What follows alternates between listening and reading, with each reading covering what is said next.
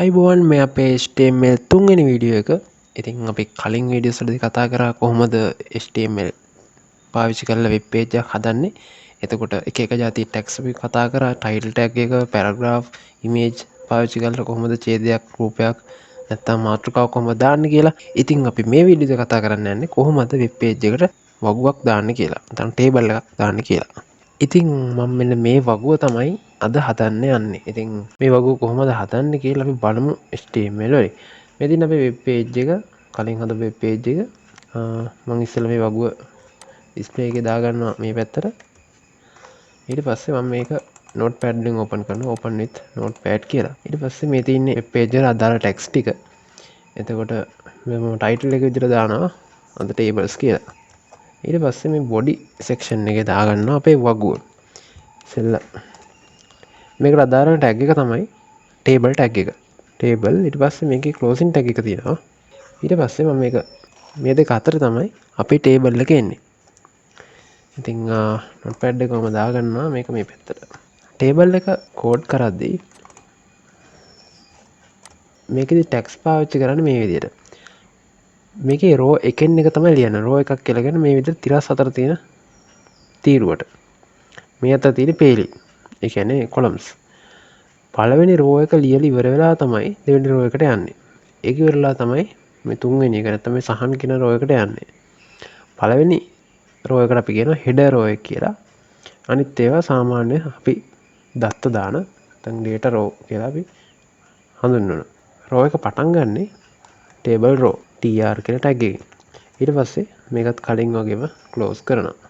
දැන් අපි පළවෙනි රෝ එක ලියාගෙන තින්නේ අපි දැන් හදන්නේ පළවෙනි රෝ එකේ අපිට හම්බෙන ස්ටුඩන්ට් කෙනෙක්ගේ මාක්ස් කෙනෙක් දාගන්න. ඒක දාන්නේ දැන් මං කියවනේ මේක හෙඩර් රෝ එක කියලා. ඒකින්ද අපි මේක ලියන්නේ මේ විදියට th කියලා. ඒ වගේම මේකට තියෙනවා ක්ලෝසින් ටැග් එක. මේකෙදි අපි ලියනවා ස්ටුඩන්ට් කියලා. ඔයාලට වගුව ලිව්වට පස්සේ හරියටම අවබෝධයක් ගන්න පුළුවන් කොහොමද මේ ටැග්ස් පාවිච්චි කරේ කියලා. අපි ඉස්සෙල්ලා බලමු කොහොමද මේක ලියන්නේ කියලා. රෝ එකේ තියෙන දෙවෙනි එක මාක්ස් එකත් මම මේ විදිහටම දාන්න යන්නේ. ඒකත් th කියන්නේ හෙඩර් එකක්. ඒක ක්ලෝස් කරගන්නවා. ක්ලෝස් එකේ ලියනවා මාක්ස් කියලා. දැන් අපි මේ විදිහට පළවෙනි රෝ එක ලියලා ඉවරයි. බලමු කොහොමද ඒක පේන්නේ කියලා.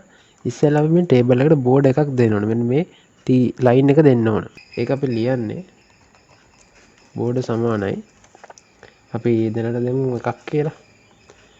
ඒක සේව් කරනවා. සේව් කළා අපි බලනවා කොහොමද මේක වෙබ් පේජ් එකේ පේන්නේ කියලා. මෙන්න මේ විදිහට තමයි පේන්නේ. ඒ කියන්නේ අපේ පළවෙනි රෝ එක තමයි මේ ලියලා තියෙන්නේ.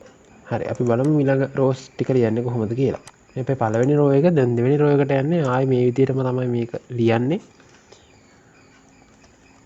tr එකක් තියෙනවා. කෙන් ටේබල් රෝ එක පටන් ගන්නවා. ටේබල් රෝ එක ඉවර කරනවා. ඒ අතර අපි ලියනවා දැන් අපි කලින් ටේබල් හෙඩර් කිව්වනේ. පහළ දෙක ටේබල් data. ඒ කියන්නේ td කියලා තමයි මේක ලියන්නේ. අපිට දෙවෙනි රෝ එකේ හම්බෙන පළවෙනි එක තමයි මේ පළවෙනි රෝ එක මේ දෙවෙනි රෝ එක දෙවෙනි රෝ එකේ හම්බෙන පළවෙනි data එක තමයි දසුන් කියන්නේ. එතකොට අපි ලියන්න ඕන මෙතන දසුන් කියලා. ඊළඟට අපිට හම්බෙන දෙවෙනි data එක තමයි 60 කියන්නේ. හරි අපි රෝ දෙකක් ලියලා ඉවරයි. මේක සේව් කරලා බලුවොත් ඔයාලට තේරෙයි දැන් මේක වගුව හරියට ඇවිල්ලා කියලා. දැන් අපිට මේ වගුවෙන් කොටස් දෙකක් ලියලා ඉවරයි. කියන්නේ තීරු දෙකක් ලියලා ඉවරයි. අපි බලමු තුන්වෙනි රෝ එක කොහොමද ලියන්නේ කියලා. ඒකත් මේ වගේමයි. මේකත් table data එකක්. ඒක ක්ලෝස් කරනවා. තුන්වෙනි රෝ එකේ හම්බෙන පළවෙනි එක තමයි සහන් කියන්නේ. ඒකේ දෙවෙනි එක තමයි 80 කියන්නේ. හරි. සේව් කරලා බලමු කොහොමද පේන්නේ කියලා. රිෆ්‍රෙෂ් කරාම අපිට අපේ වගුව බලා ගන්න පුළුවන්. මේ තියෙන අපේ වගුව. අපි පළවෙනි පාර්ට් එක කරලා ඉවරයි. දැන් අපි බලමු ඊට වඩා කම්ප්ලෙක්ස් වගුවක් හදන්නේ කොහොමද කියලා.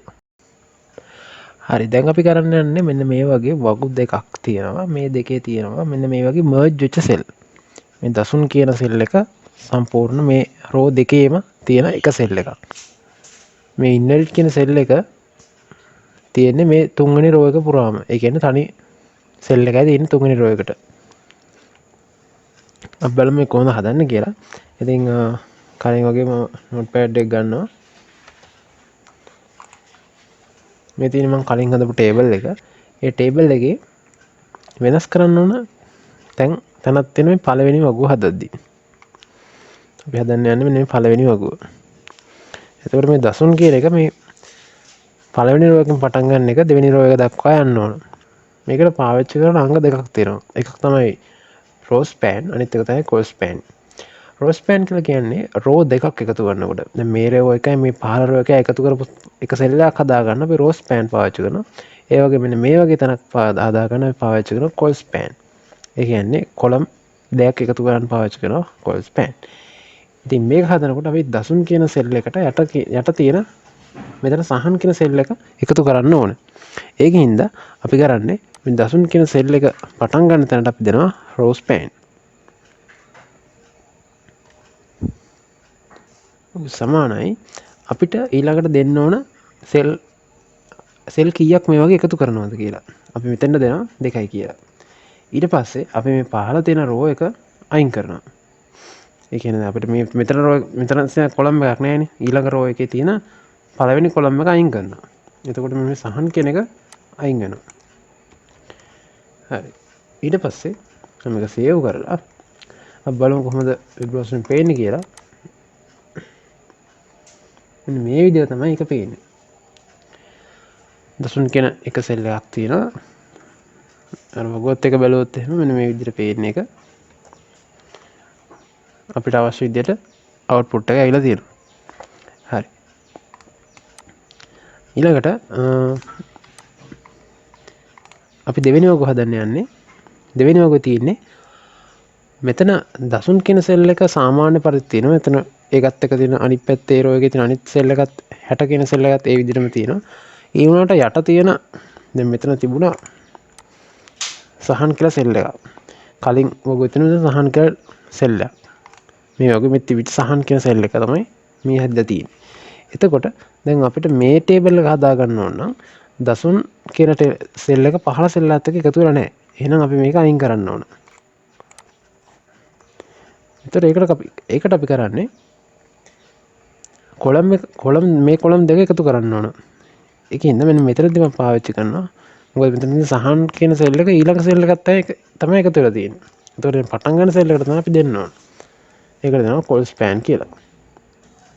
ඒකටත් අපි දෙකක් තමයි එකතු කරන්නේ. ඊට පස්සේ අපි මේ අන්තිම රෝ එක අයින් කරනවා. මොකද දැනට 80 කියන සෙල් එකක් නැහැ. ඊට පස්සේ අපි ඒක සේව් කරලා බලමු මේක වෙබ් බ්‍රවුසර් එක ඕපන් කරලා. අන්න එතකොට හරියට අපිට පේනවා සහන් කියන සෙල් එකත් එක්ක මෙතන සෙල් එකක් නැහැ. සහන් කියලා පෙන්නන දැන් අපිට ඉන්ඩෙලිට් කරලා හදා ගන්න ඕන. ඒකින්ද අපි කරන්නේ සහන් කියලා තිබිච්ච සෙල් එක අපි අයින් කරනවා. ඉන්ඩෙලිට් විදිහට රීනේම් කරනවා. සේව් කරාම මේක ඉන්ඩෙලිට් කියලා හැදෙනවා.